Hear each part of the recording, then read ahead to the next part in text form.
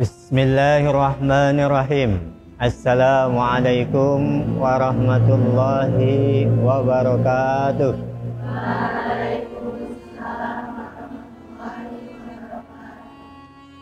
Hadirat rahimakumullah, yang mudah-mudahan kita selalu dalam lindungan Allah dan kemuliaan Allah Subhanahu wa taala. Amin ya rabbal alamin. Di kesempatan yang berbahagia ini, bahwa bagaimana kita akan mendapatkan hidayah, bagaimana kita akan mendapatkan rahmat Allah, bagaimana kita akan menjadikan obat pelipur di dalam hati kita. Karena syifa di sini mengandung dua makna. Syifaun adalah penyembuh penyakit hati. Hati yang memiliki kemusyrikan, hati yang memiliki keingkaran kepada Allah, kemaksiatan kepada Allah, terutama penyakit hati iri, dengki, hasud dan lain sebagainya. Maka dengan fadilahnya kita membaca Al-Quran, mudah-mudahan ini menjadi penyembuh, menjadikan obat. Yang kedua adalah penyakit jasad, di mana kita kadang-kadang dengan jasad kita yang sakit, Allah mengajarkan, Rasulullah mengajarkan dengan mengadakan ruqyah, dibacakannya ayat-ayat suci Al-Quran agar hati kita, jasad kita sembuh dari penyakit-penyakit jasad yang ada di dalam jasad-jasad kita.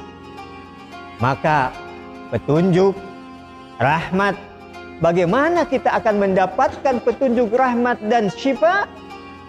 Maka kita perlu bersikap terhadap Al-Quranul Karim dengan melalui 3 hal.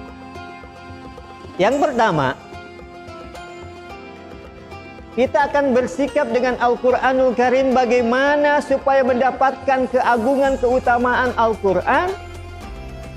Pertama adalah melalui tilawah, qiraah, mutalaah. Ini adalah momentum-momentum untuk mendapatkan keutamaan Al-Quranul Karim. Banyak sekali hadis-hadis yang mengatakan bagaimana keutamaan membaca Al-Quranul Karim. Karena bacaan Al-Quran tidak sama dengan bacaan-bacaan yang lain. Maka di situ, man ta'allamal Qur'an wa 'allamahu khairukum man ta'allamal Qur'an wa 'allamahu. Sebaik-baiknya orang yang belajar ilmu Al-Quran dan juga mengamalkan ilmu Al-Quran. Ini adalah fadilahnya bagaimana kita membaca, menelaah dan mengkaji Al-Quranul Karim, maka menjadi jaminan Allah menjadi orang yang terbaik. Bahkan dalam hadis lain, Sahihul Muslim, Iqra'ul Qur'ana, bacalah Al-Quran. Fa'innahu ya'ti, maka dengan membaca Al-Quran akan datang kepada si pembaca itu syafi'an li ashabi, menjadikan syafi', penyelamat nanti di yaumil kiamat. Ini juga bagian dari keutamaan, fadilahnya untuk membaca Al-Quranul Karim. Bahkan di dalam hadis lain, di dalam Sahih Tirmidzi, dikatakan bahwa man qara'a harfan min kitabillah, barang siapa yang membaca satu huruf dari Quranul Karim, dari kitabnya Allah, falahu hasanah, maka dia akan mendapatkan kebaikan.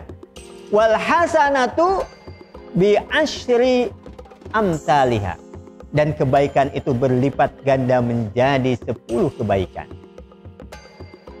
Dan dikatakan membacanya kata alif lam mim wa aqulu alif lam mim, dikatakannya membaca alif lam mim bukan dikatakan cuma satu huruf. Di situ ada harfun alif wa harfun lam wa harfun mim. Berarti alif lam mim mengandung makna 3 huruf dikali lipatkan dengan 10 kebaikan. Itulah keutamaan tentang membaca Al-Quranul Karim.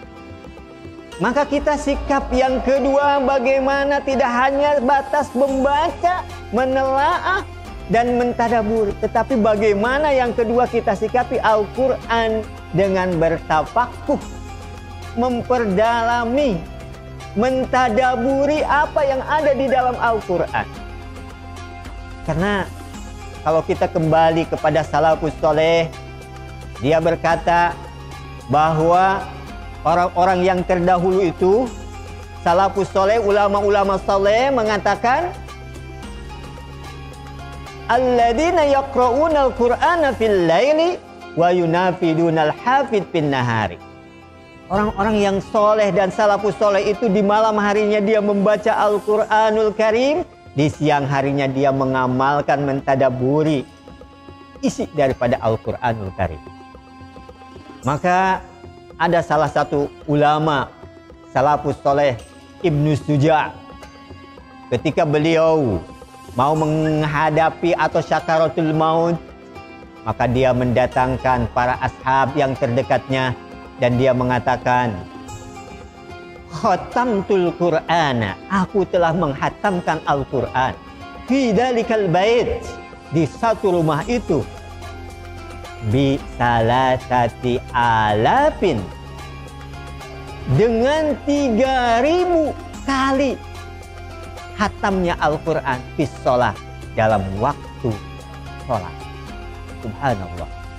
Begitunya salafus soleh Ibnu Suja' yang mengungkapkan bagaimana kecintaannya, mahabbahnya dengan Al-Quranul Karim, sehingga berdekatan, sehingga bercumbuan dengan ayat-ayat suci Al-Quran. Bahkan kalau kita lihat teks ke belakang, bagaimana Imam Syafi'i menghatamkan Al-Quran di bulan Ramadan sampai 60 kali. Atau bagaimana dengan Syekh Abdul Qadir Jailani, bagaimana bercumbuan, bagaimana cintanya dengan Al-Quran, seakan-akan Al-Quran adalah teman di setiap saat. Sehingga begitu nikmatnya untuk mentadaburi dan bertafakuhnya dengan Al-Quranul Karim. Maka pada hakikatnya ada 3 hal yang terkandung di dalam Al-Quranul Karim. Pertama, Al-Quran itu berisikan berita, di mana berita itu adalah bagaimana cerita-cerita terdahulu para nabi, para salafus soleh, ulama-ulama terbesar, bahkan menceritakan juga tentang apa-apa yang akan terjadi di masa akan datang, termasuk hari kiamat. Terdapat di dalam Al-Quranul Karim sebuah berita. Juga berita di situ bagaimana memuat nama-nama Allah, memuat bagaimana kekuasaannya Allah, bagaimana tanda-tanda kebesarannya Allah, ada di dalam berita di Al-Quranul Karim. Yang kedua, isi Al-Quran terdiri daripada al-munkarat wal ma'rufat, berisikan tentang bagaimana larangan-larangan dan bagaimana perintah-perintah. Karena di dalam Al-Quranul Karim, apa yang dilarang ada di dalam Al-Quran, apa yang diperintahkan ada di dalam Al-Quran. Maka kita sebagai kaum muslimin lalu merujuk kepada Al-Quranul Karim. Dalam satu ayat, innallaha ya'muru bil adli wal ihsan wa ita'idil qurba wa yanha 'anil fahsya'i wal munkar wal baghi ya'idukum la'allakum tadhakkarun. Disitulah ada ayat-ayat untuk memerintahkan perintah dan ada ayat-ayat yang untuk melarang. Maka kita sebagai kaum yang bertakwa, hendaklah kita meningkatkan ketakwaan kita kepada Allah Subhanahu wa Ta'ala dengan menjalankan segala perintahnya dan menjauhi segala larangannya. Mudah-mudahan kita menjadi orang-orang yang bertakwa sehingga mendapat derajat muttaqin di hadapan Allah Subhanahu wa Ta'ala. Dan insya Allah sebaik-baiknya orang itu adalah atqakumnya. Kenapa? Kan janji Allah bahwa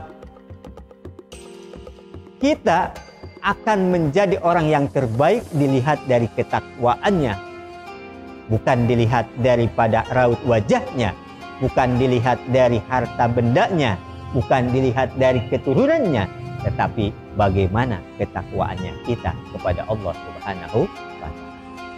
Dan isi Al-Quran yang ketiga, di situ dimuat al-wa'id wal-wa'd, adanya berita tentang janji Allah, kabar gembira Allah, dan ancaman Allah Subhanahu wa Ta'ala.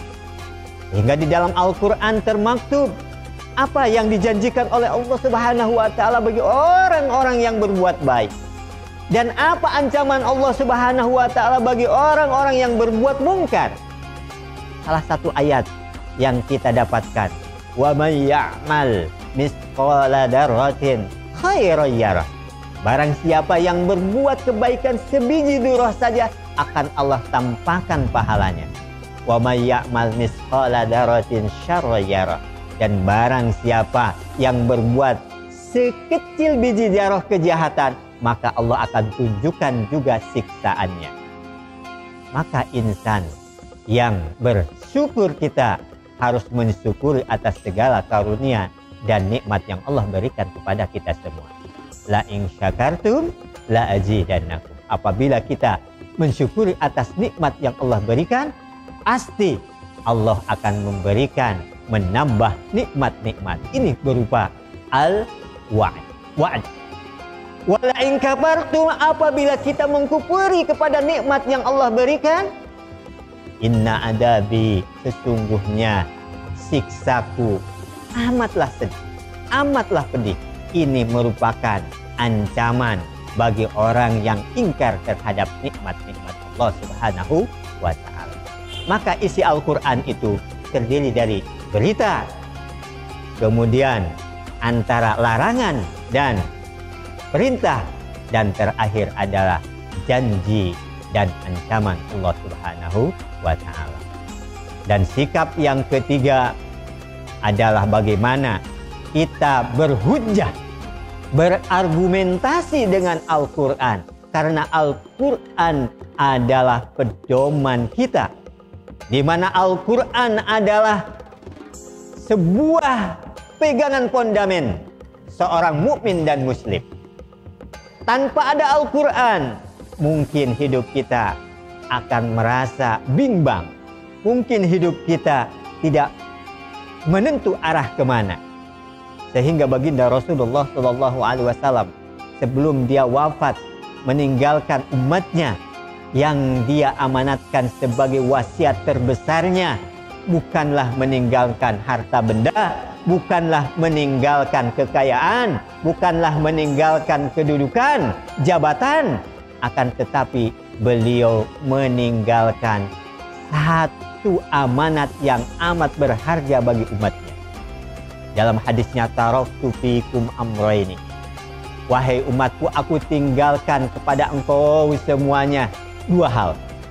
Dengan dua hal ini tidak akan sesat hidupnya di dunia, tidak akan sesat hidupnya nanti di akhirat, asalkan kita berpegang teguh.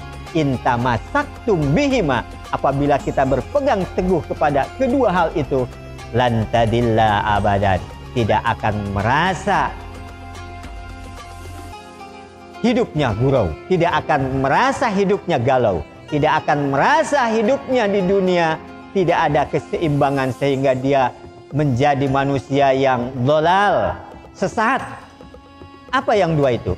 Kitabullah, Al-Quranul Karim, wa sunnatu Rasulullah, dan hadisnya Rasulullah Sallallahu Alaihi Wasallam. Maka dengan ini, betapa besarnya, betapa agungnya keutamaan Al-Quranul Karim, sehingga Allah jabarkan, Allah jelaskan bagaimana keutamaan-keutamaan yang dimuat. Tapi bukan hanya 4 hal keutamaan yang diungkapkan tadi dalam sebuah ayat, ya, tentang mau'idahnya, syifaannya, kemudian hudan dan rahmah, tetapi banyak sekali keutamaan-keutamaan yang belum termaktub, yang belum terjelaskan di dalam Al-Quranul Karim. Tetapi ingat bahwa apa yang ada di dalam Al-Quranul Karim semuanya tidak ada yang dilewatkan. Ma farotna fil kitab, tidak ada sesuatu apapun yang dilewatkan, adanya semuanya di dalam Al-Quranul Karim.